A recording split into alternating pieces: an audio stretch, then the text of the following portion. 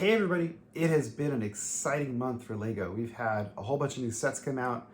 We've had a bunch of announcements of new things that are coming in the future. And even through all that excitement, I've still found some time to work on the city. I've added a whole bunch of new lights. I've worked on the mountains. I'm actually going to show you a really cool mountain that I did that was just popped in my head one day and I just started working on it.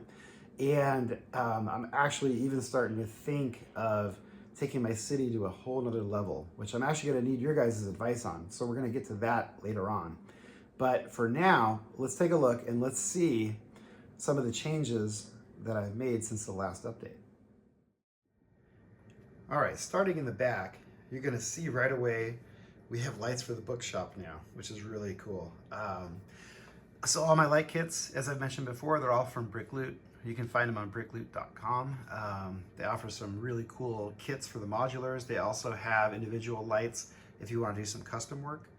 But you can see, so now this back street here is pretty much complete as far as the official modulars go. I still have my old police station mock, which you can see over here on the far corner.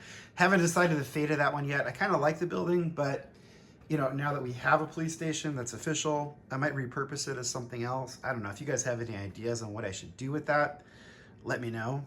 And then, of course, I have my other little, this was a little mock. This was originally next to the new police station. I since have moved it, and I don't know if I'm really going to finish that one or not.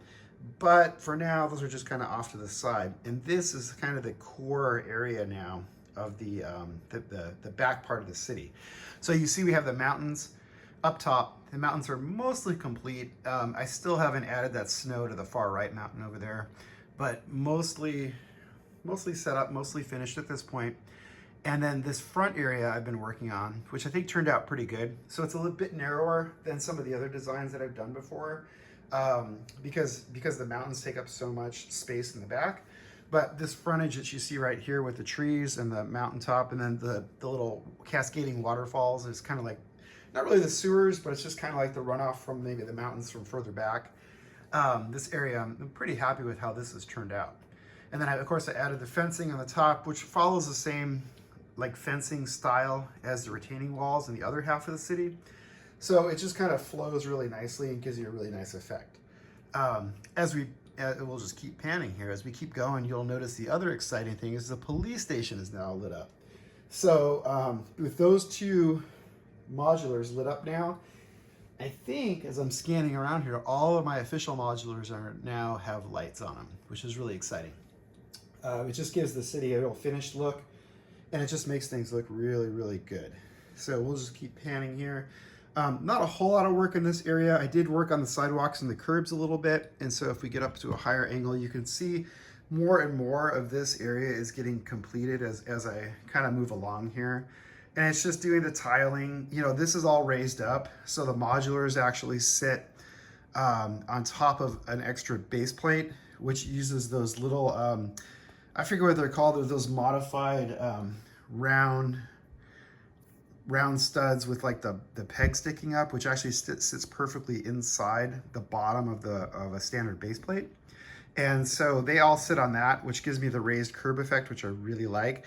And then it's also raised up enough where I have the like sewer drains and things like that. And then also the roads. So these are those new road plates, if you remember, which I've actually become a fan of because it allows me to maximize the space that I have in the room. Whereas before, using the old base plates, you know, you were kind of stuck using a 32 by 32 base plate. These are much smaller. They're just a little bit over, they're 20 studs wide instead of the 32. So you have a lot more flexibility with that. So actually I'm kind of a big fan of those. I just hope they come out with other alternatives, like curves would be nice. Like actual, like these are the crosswalks they come with, but I've actually modified them just a little bit. But you know, some curves or maybe like, I don't know, like a T-junction would be kind of cool. You know, maybe a parking lot would be nice, something like that. I don't know what the fate of these is going to be, though. It's interesting. I'm hearing mixed rumors. I've heard base plates are going to be going away, like really soon, like in the next, I don't know, like in the next year. And then so it's going to be interesting to see what happens with the modulars, because as we all know, the modulars sit on base plates. So if base plates go completely away, you know, how are they going to how are we going to build modulars? So it's going to be really interesting to know what's going to happen with that. And I have no idea. One thing I really also like about the new road plates, which I've kind of mentioned before, is the, you can see like the reflection of the lights, which I think is really nice. So you can get some really good photography, really good shots doing that, like kind of messing with the different road plates with the lights and stuff. So that's really cool as well. And then we'll just keep scrolling down here. This area, again, same thing, lots of work in the, on the roads, the lights, just kind of doing different things here. You can see this, I stage everything. This is my brick loot light kits are in here. These are the instructions. Actually, they're really good instructions. They're very clear. They have lots of pictures. And so if you, again, it makes it real easy to install the light kits using the brick loot lights. And then of course, I started populating the city with minifigures. So I have a bunch of the minifigures in the cups there. And then over here we get to the downtown area, which hasn't seen a whole lot of change. I did modify the facades a little bit. So the one in the back over here, this one has actually gotten a little bit narrower because I felt it fit the space a little bit better. And then of course the dark bluish gray one in the back over here has gotten taller, just to kind of, you know, frame up the Daily Bugle a little bit better, I think. I don't know. What do you guys think? I think it's pretty cool. So that is kind of, this again, this area, not a whole lot going on. Starting to work on the retaining walls for this area under here. And then you can see this is, the track becomes the storage area for everything, as you can see, which is kind of funny. We're just gonna pan back this way so you can get kind of the wide angle shot of the city here and kind of see everything that's going on.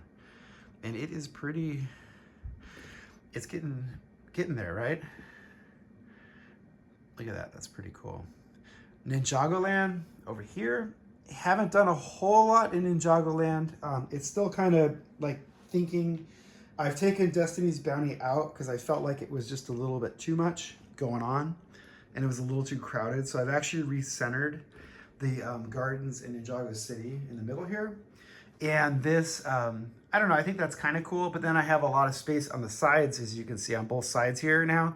So I haven't quite decided what exactly I'm gonna do with that area. But while we're here, the exciting thing that I really want to show you guys is actually down below. So as I was thinking, I had initially bought this, this like cabinet from IKEA that you see this is my new El Dorado Fortress redesign. This is a redesign of my redesign that I've done. And then of course the new Creator 3-in-1 Castle, which I love. And so I had this sitting here and this was like kind of unfinished and I wasn't quite sure what to do. And I said, well, why don't I just extend the mountainside down, kind of like I did back here, where it extends down, you know, from the street level down to the tabletop. And I said, well, why don't I do the same thing here? Because then as you walk in the room, you know, you're kind of greeted with this nice like Lego built area. And then this, I hadn't decided if this was just going to be for display pieces or what. And then I let the surprise out of the bag. So then as I kept building, I said, well, what if I kept going with the mountain and I went all the way down to the floor? And so that's what I've done here is this is the first, like, it's not floor to ceiling, but it's floor to table mountain that I've done. And so as you come into the room now, you see this Lego built mountain. It's like, I counted, it's like 25 burps tall. And then it transitions into this. And then as you further transition, you'll see the mountains, you know, back here, and then the mountains all the way back there. So as you come into the room, you just see like mountains everywhere. It's kind of a neat effect. I'm kind of excited about that. Now, I haven't quite decided what this area is. This is going to be covered up. I want to get some like coverings for this. I think I was at one point thinking I may do these mountains, you know, kind of along the back here as well, like extend it down over here. And then it's just going to be like one giant, you know, mountain city almost. But then I started thinking again, because, you know, I'm always thinking and I'm always like changing things around. You guys are like, man, MrBookieboo, you gotta like stop changing stuff because he's always messing around with things. I started thinking about, you know, how I have these modulars here and then I have the facades behind the modulars. And I thought, well, what if, because space is kind of limited in the room here, you know, I mean, it's a good sized room, but as you can see that it's pretty full with the modulars and all the stuff going on. there's not a whole lot of room. And so I started thinking, well, what if instead of facades behind the modulars, I put modulars behind the modulars? So the idea is to maybe, you know, pull these modulars forward a little bit. And then where I have the facades would be to put like some modulars behind that raised up. Now, the question for you guys is the reach becomes an issue, as you know. So right now, these tabletops are just about 30 inches deep, 3 base plates. And so I can easily reach all the way to the back. If I really need to get like up and over a modular, I can stand on a step stool and reach further back. If I push this back to 40 inches deep, I don't know, is that gonna be too much? You know, am I still gonna be able to reach behind there to get to the modulars that are behind, even if they're raised up? I don't know, have you guys experimented with that? Like when you do your tabletops, when you do your cities, how do you guys do that? Is it, you know, what's the maximum depth that you've gone? I've seen some really cool like tabletop layouts. It's literally like on a dining room table with that you can kind of go all the way around and reach. So I don't know, I'm kind of on the fence on that. What do you guys think? That's like my idea that it's kind of brewing in my head right now, trying to figure out. But otherwise, I think we're making good progress. What do you guys think? So the mountain, this is cool. I kind of like this thing.